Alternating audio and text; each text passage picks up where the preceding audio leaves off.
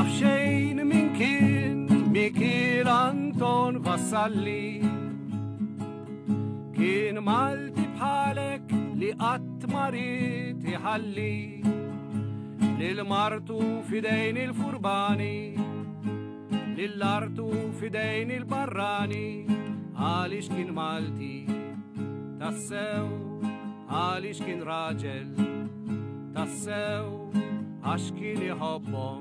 Nilqgħu magħna Sur Pawlo Catania, grazzi tal-li aċċettajt li tiġi għal din l-intervista. Grazie. Fl-arkivi parrokjali tan-Naxxar, inti sibt 3 ittri ta' Vassalli indirizzati lill-kappillan tan-Naxxar. Għala kien jiktiblu Vassalli? Sewa, l-ewnet li ngħidu min kien il-kappellan Fetieni. Kappellan Fetieni kien ilu jmexxi l-parroċċja sa mill-1768, ġifieri kien ilu kważi 30 sena biex ngħid hekk, kellu jmexxi għal 30 sena. Tan-Naxxar u xejn? In-Naxxar. Kien bniedem mill-riċerka li ħarġet issa anke reċentement sibt iżjed fuqu, għalkemm kien hemm min kien imaqdru ma kien bniedem metikolus ħafna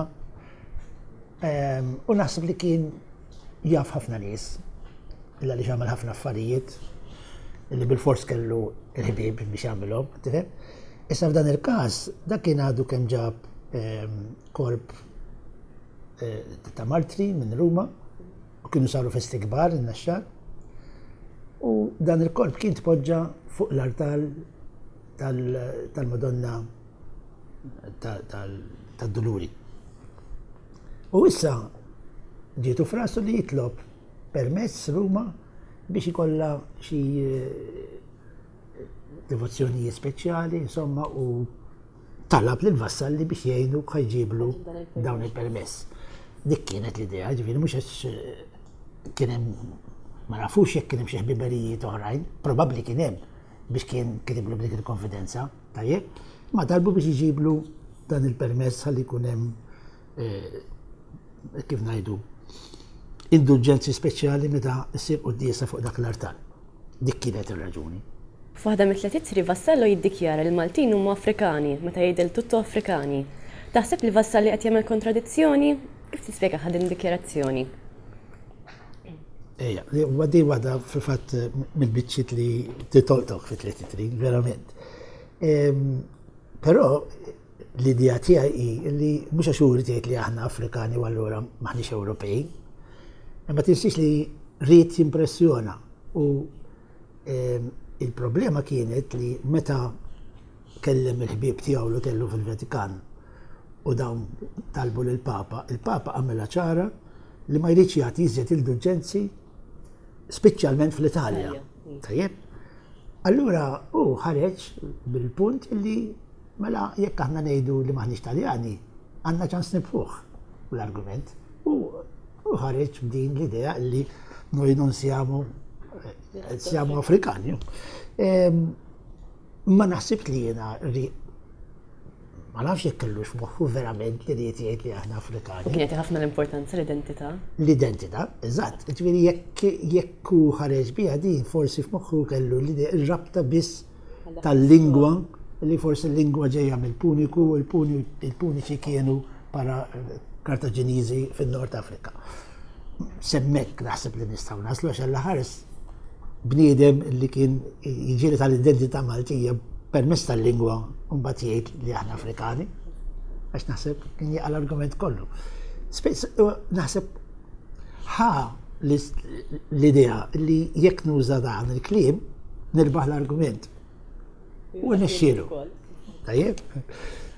Li ma jlisbaħ sentenza li ssib dawn it-tri?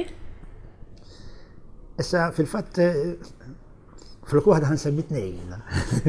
Di li għadna kemm semmejna il-fatt li huwa qal noi siamo del tutto afrikani, come lo siamo in verità, qed jerġa' jgħid xejn ħaddieħor, speċi aħna hekk.